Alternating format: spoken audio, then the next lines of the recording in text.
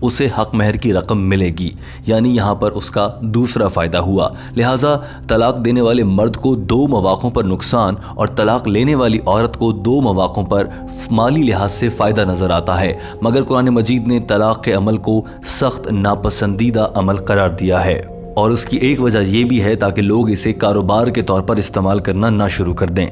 واضح رہے کہ حق مہر کی رقم کتنی ہوگی، اس بات کا فیصلہ شادی کرنے والی خاتون کی جانب سے کیا جاتا ہے۔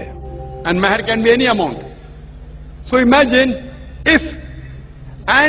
if before she's married, it is the duty of the man, duty of the father and the brother. After she's married, it is the duty of the husband and the son to look after lodging, boarding, clothing, all financial aspects. Doctor Zakir Naik نے کہا کہ کسی بھی عورت کو جسے طلاق ہو جائے، دین اسلام نے اسے محفوظ رکھنے کے لیے بالخصوص اس کی مالی مدد کے لیے بہت سے طریقے رکھے ہیں۔ کسی بھی بچی کو اس کے والدین سہارا دیتے ہیں اور اس کا والد اس کا ذمہ اٹھاتا ہے۔ شادی کے بعد اس لڑکی کا ذمہ اس کے شوہر کے سر ہوتا ہے، اور اس کے بعد اگر اسے طلاق ہو جاتی ہے تو اس صورت میں اس لڑکی کو اس کے والدین سنبھالتے ہیں۔ دین اسلام کے مطابق اگر والدین کمزور ہوں، وہ نہ سنبھال سکیں، تو معاشرہ اس کی مدد کرتا ہے۔ اگر معاشرہ بھی اس کی مدد نہیں کرتا تو کسی بھی اسلامی ریاست پر یہ فرض ہے کہ وہ طلاق یافتہ عورت کی مالی امداد کرے، اور پاکستان سمیت دنیا کے بہت سے اسلامی ممالک جیسے کہ پاکستان اسلامی جمہوریہ پاکستان ہے، یہاں کی ریاست کا بھی یہ فرض ہے کہ طلاق یافتہ عورتوں کا خیال رکھے۔ مگر سوال یہ تھا کہ عورتوں کو اللہ تعالیٰ نے طلاق دینے کا اختیار کیوں نہیں دیا؟ ڈاکٹر ذاکر نائک نے کہا کہ اس کی جہاں مختلف حکمتیں اور وجوہات ہو سکتی ہیں، ان میں سے ایک اہم وجہ یہ ہے کہ موجودہ دور میں دیکھا جائے تو بہت سی عورتیں اسے کاروبار بنا سکتی تھیں، یعنی کہ وہ کسی ایک مرد سے شادی کرتیں، اسے طلاق دیتیں اور اس کے بدلے میں انہیں حق مہر کی رقم ملتی، پھر کسی اور شخص سے شادی کرتیں اور انہیں طلاق دے دیتیں، کیونکہ طلاق دینے کا اختیار عورتوں کے پاس ہوتا۔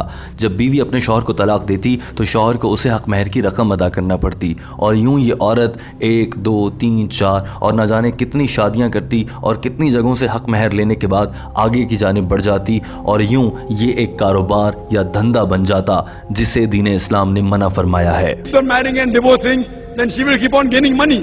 Who's the loser? Is the man. So Almighty God even protects the man's status. Others have to give a talk on man's rights in Islam. Doctor Zakir Naik نے کہا کہ اللہ تعالیٰ نے طلاق دینے کا اختیار صرف مرد کو دے کر مرد کے حقوق کو بھی محفوظ رکھا ہے، ورنہ عورتیں اسے کاروبار بنا لیتیں۔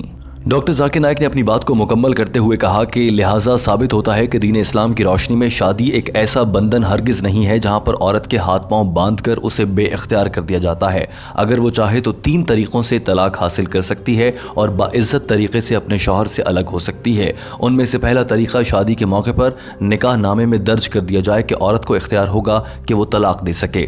دوسرا طریقہ یہ ہے کہ وہ خلا لے، اپنے شوہر سے التجا کرے کہ مجھے طلاق دے دی جائے، اور تیسرا اہم طریقہ یہ ہے کہ عدالت میں جا کر جج صاحب سے ریکویسٹ کی جائے اور وہاں سے طلاق حاصل کر کے شوہر سے علیحدگی کر لی جائے۔ لہٰذا دین اسلام کسی بھی صورت مرد اور عورت کو اس طرح سے نہیں باندھ دیتا ہے کہ اگر وہ چاہیں تو الگ نہ ہو سکیں۔ دوستو، ڈاکٹر ذاکر نائک کا جواب مکمل ہو چکا تھا، مگر ٹیم ہم قدم اس ویڈیو کے آخر میں آپ سے ایک اہم سوال کرنا چاہتی ہے۔ دوستو، اگر آپ غیر شادی شدہ ہیں یا پھر آپ شادی شدہ ہیں تو ٹیم ہم قدم آپ سے یہ سوال جاننا چاہتی ہے کہ ہم نے دیکھا ہے کہ اسلامی معاشروں میں طلاق کی شرح میں مسلسل اضافہ ہو رہا ہے۔ پاکستان جیسے اسلامی ملک میں بھی طلاق کی شرح بڑھ رہی ہے۔ آیا کیا وجہ ہے کہ شوہر اور بیوی کے درمیان ایسے تعلقات ڈیولپ نہیں ہو پاتے جیسے آج سے پہلے ہمارے آباء و اجداد میں ہوا کرتے تھے؟ کیا اس کی وجہ جدید ٹیکنالوجی، موبائل فون، میڈیا ہے، یا آپ کے خیال سے اس کی کوئی اور وجہ ہے؟ پاکستان سمیت اسلامی معاشروں میں طلاق میں اضافہ کیوں دیکھا جا رہا ہے؟ اپنی رائے کا اظہار ضرور کیجیے گا۔ یاد رکھیے کہ قرآن مجید نے طلاق کی اجازت تو دی ہے، مگر اسے ناپسندیدہ عمل قرار دیا ہے۔ دوستو، ٹیم ہم قدم کو آپ کے فیڈ بیک اور آپ کی رائے کا انتظار رہتا ہے۔ کامنٹ کی صورت میں اپنی رائے کا اظہار کیجیے تاکہ ہم تک اور ہمارے سینکڑوں ویورز تک آپ کی رائے بھی پہنچ سکے۔ ویڈیو دیکھنے کا بہت شکریہ۔ یاد رکھیے کہ ٹیم ہم قدم آپ کے لیے ڈاکٹر ذاکر نائک کی جانب سے انگریزی زبان میں ہونے والی گفتگو کا اردو ترجمہ لاتی ہے، اور اس گفتگو میں کسی بھی موقع پر کسی قسم کا رد و بدل اس طرح سے نہیں کیا جاتا کہ الفاظ کے معنی بدل جائیں۔ ویڈیو دیکھنے کا بہت شکریہ۔ اپنا بہت سارا خیال رکھیے۔ ہمارے چینل ہم قدم کو سبسکرائب کر لیجیے اور دیکھتے رہیے ہم قدم۔ اللہ حافظ۔